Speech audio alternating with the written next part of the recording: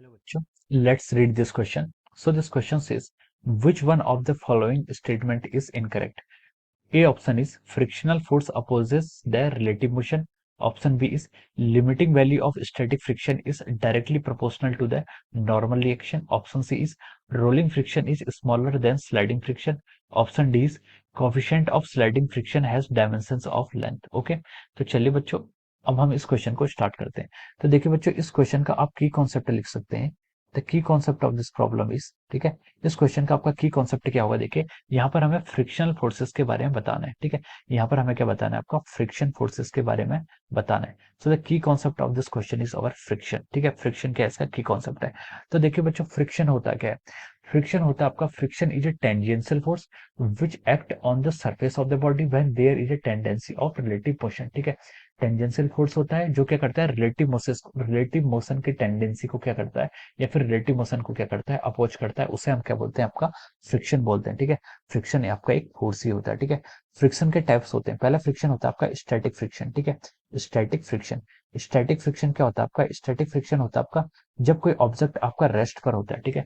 जब कोई ऑब्जेक्ट आपका रेस्ट पर होता है और आप उस पर फोर्स लगाते हैं, उसके बावजूद भी वो रेस्ट पर ही रहता है, ठीक है।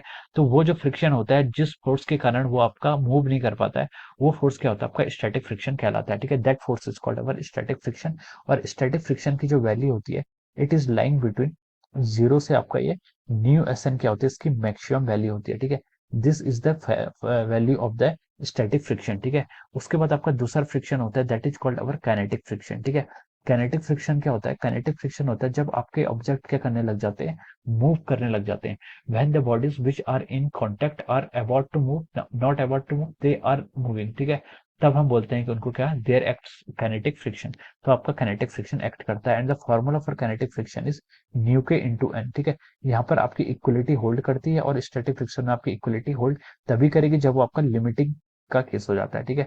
जब वो आपका लिमिटिंग फोर्स का केस हो जाता है। और थर्ड भी आपका एक फ्रिक्शन होता है जो आपका आता है रोलिंग फ्रिक्शन, ठीक है।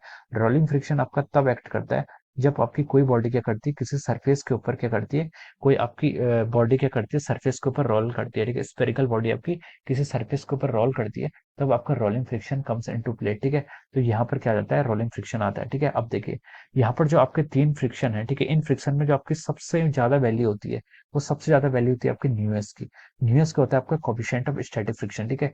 इसका अगर आप कभी ग्राफ प्लॉट करेंगे तो आप देखेंगे कि इस साइड पर मान लीजिए आपका क्या है? इस साइड पर आप फोर्स अप्लाई कर रहे हैं अलोंग द एक्स एक्सिस, और वाई एक्सिस के अलोंग आपका क्या है? फ्रिक्शन फोर्सेस है, ठीक है।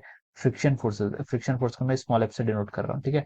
तो जो इसका ग्राफ होता है, ये इस तरीके से कुछ स्टार्ट होता है, ठीक है। यहाँ तक का जो पोर्शन होता है, ये क्या होता है आपका? ये आपका ऐसे ग्राफ होगा। इस फोर्सेस तक हम बोलेंगे कि यहाँ पर स्टैटिक फ्रिक्शन एक्ट करता है, और उसके बाद आपका क्या करता है? ऐसे यहाँ तक, इससे आगे, इस पॉइंट से आगे, ठीक है, इस फोर्स से आगे आपका काइनेटिक फ्रिक्शन एक्ट हो जाता है, ठीक है। तो यहाँ पर हम बोल सकते हैं कि F S is proportional to, not proportional to, is less than और equal to mu S N, ठीक है। न्यू एस एन से इक्वल होता है, और यहाँ पर आपका काइनेटिक फ्रिक्शन एक्ट करने लग जाता है, ठीक है। तो देखिए, ये आपकी क्या होती है? मैक्सिमम वैल्यू होती है किसकी? लिमिटिंग फ्रिक्शन की। तो हम यहाँ से बोल सकते हैं कि आपका न्यू एस क्या होता है? आपका स्टैटिक फ्रिक्शन जो होता है, it is always greater than new के। न्यू के से ग्रेटर होता है, ठीक है। ये क्या होता है? न्यू एस आपका न्यू के से ग्रेटर होता है, ठीक है। और जो सबसे लीस्ट कोफिशिएंट ऑफ फ्रिक्शन होता है, वो किसका होता है? आपका रोलिंग का, ठीक है। रोलिंग के लिए मैं स्मॉल आर डिनोट कर रहा हूँ, ठीक है। This is for the coefficient for the rolling friction. अब देखिए क्वेश्चन पे उसने क्या बोला है। अब हम पार्ट पर आते हैं इसके, ठीक है। अब हम क्वेश्चंस पर आते हैं, ठीक है। ऑप्शन ए से मूव करते हैं, स्टार्ट करते हैं। हमें बताने की कौन सा स्टेटमेंट इनकरेक्ट है। Frictional forces opposes the relative motion, ये स्टेटमेंट आपका राइट है, ठीक है। फ्रिक्शन फोर्स क्या करता है? अपोज करता है रिलेटिव मोशन को, ठीक है।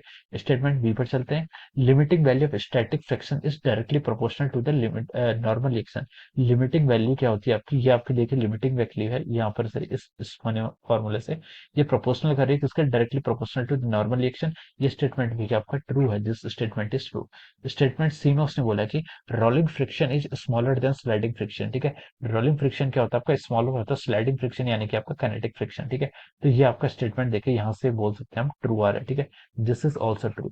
ऑप्शन डी में उसने बोला है कि coefficient of sliding friction has dimension of length, ठीक है। स्लाइडिंग फ्रिक्शन या फिर न्यूके की जो डायमेंशन होती है वो लेंथ की होती है, ठीक है। तो मैं बता दूं कि जो न्यूके होता है ये सिर्फ एक नंबर होता है, ठीक है। कोफिशिएंट ऑफ काइनेटिक फ्रिक्शन यानी कि कोफिशिएंट है जस्ट एक, ठीक है। इसके ऊपर कोई लेंथ नहीं हो सकती, इट्स जस्ट ए नंबर, ठीक है। तो ये स्टेटमेंट आपका क्या हो जाएगा? रॉन्ग हो जाएगा। This statement is our incorrect. और हम हमसे क्वेश्चन में क्या पूछा गया था, हमसे क्वेश्चन में पूछा गया था कि कौन सा स्टेटमेंट इनकरेक्ट है, तो हम बोल सकते हैं कि यहाँ से आपका ऑप्शन डी क्या आ रहा है, इनकरेक्ट आ रहा है। Okay, option D is incorrect.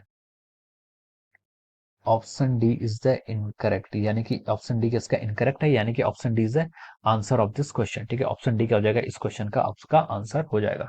So I hope you all understood this concept. All the best and thank you so much.